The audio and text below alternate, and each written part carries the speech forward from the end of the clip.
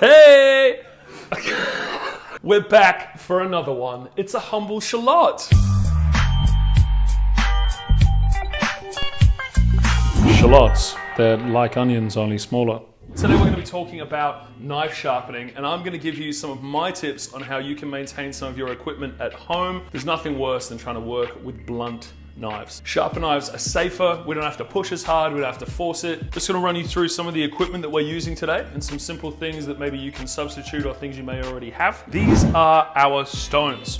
So this one down here starts at 240 grit. The grit tells you how fine the stone is, and that tells you how much of the knife we're going to be taking off, as well as how well we're going to be polishing the blade. This one really we want to be using if the blade is very, very dull and we basically need to start again. So we need to take a lot of metal off. The next one up is a 1000. Still going to take off a little bit and still be shaping the actual edge itself, but not quite as bad as the 240.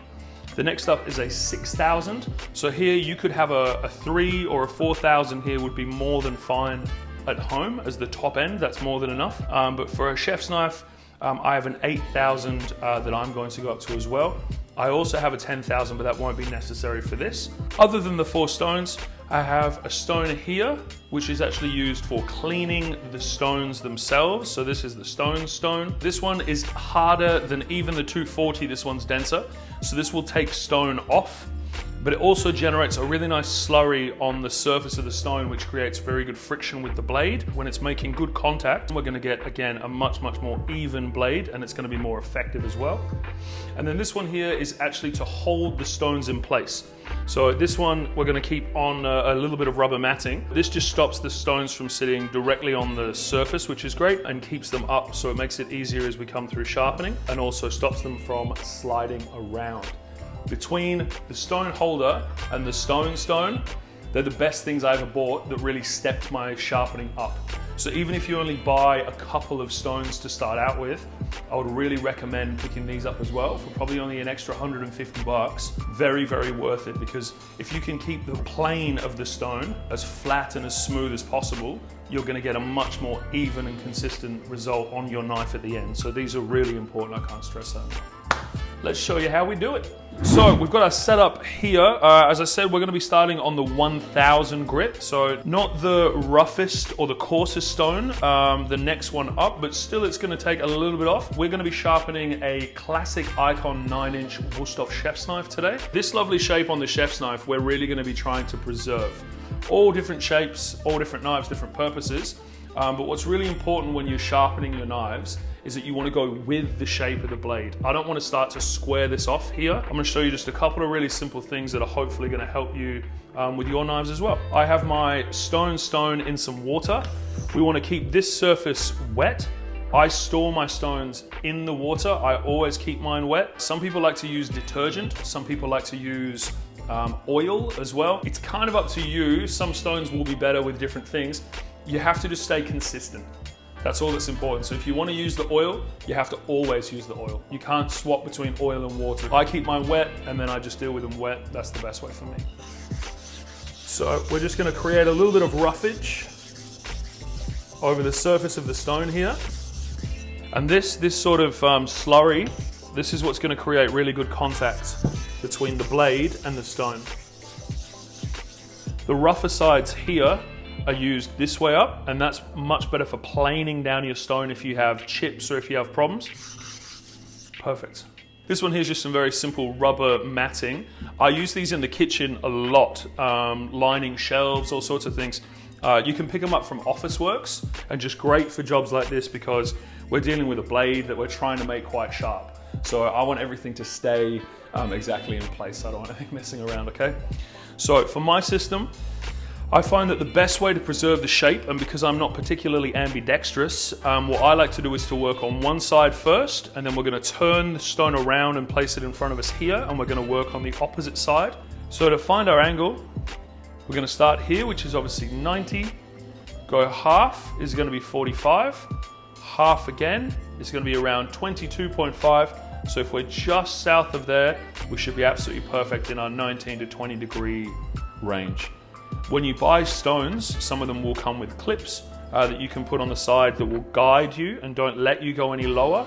But I think it's very good to get the habit because when you're stealing the knife later, when you're honing it, it's your angle that you're really trying to replicate. So you want to make sure that you're staying consistent to yourself. I like to make sure that the very heel of the knife, this would be called the heel, is sharp. The edge runs right to the heel, which is really, really good.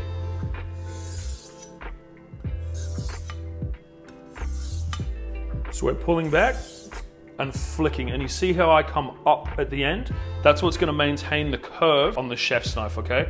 So if we were to stay flat the whole way and just go back and forth flat, we're going to be squaring the end of our knife off here, and we're not going to have what really is the best part of a chef's knife, which is the rocking action for slicing.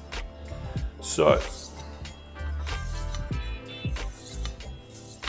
once we've got 10 going this way, we're going to turn and face this way so that we can come through now on this side of the blade. So obviously we've already done this side, and we're going to come through here, and just exactly the same as we were before, we're starting from the heel and we're going to flick to the tip, and we're just going to make sure that as we do,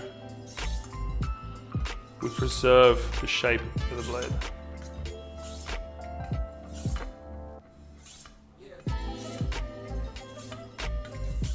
We've done 10 on each side. Now what we're going to do, because obviously you're not going to be perfect on both sides. You're right or left-handed, so you're always going to favor one side more than the other. So you have to check that you're keeping consistent on the blade. So the way that we do that is by finding what's called the burr, okay? Obviously what happens when you do one side, the burr goes up on one side. As you flip over and do the other side, it comes here. And we want to make sure that each time we're getting it closer to being spot on in the middle, okay? So the way we check that is to simply run against the blade and flick, because if there's more metal sticking up on one side, you'll feel it. It'll be a rough, and then flip it over and feel the same. This is really nice and even because our knife was already not super blunt, but also we're counting and making sure that we're staying even on both sides, which is a really good way to make sure we're going to get a nice even edge. This is the bit where we just fast forward.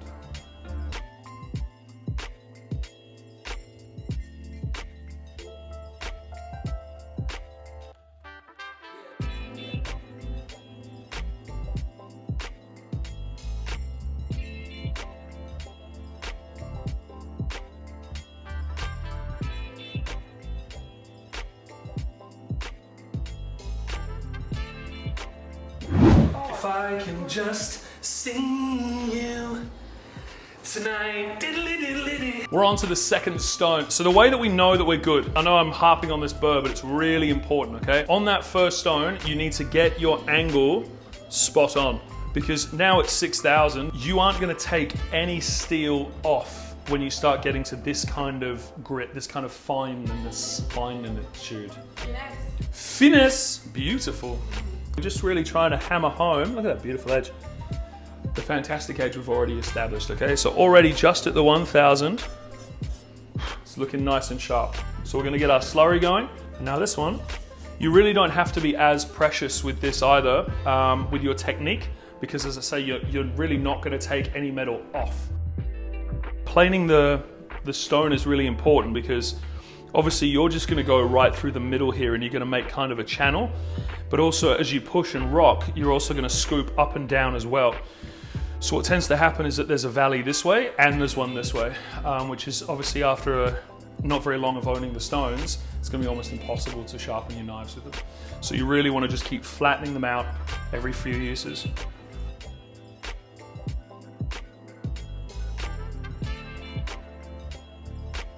And we're all finished.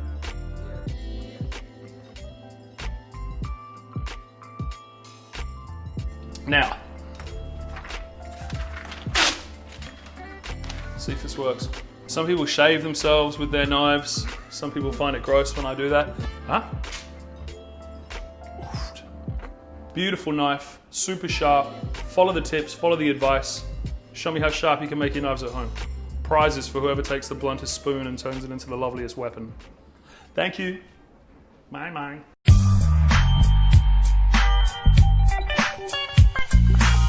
Shallots, they're like onions, only smaller.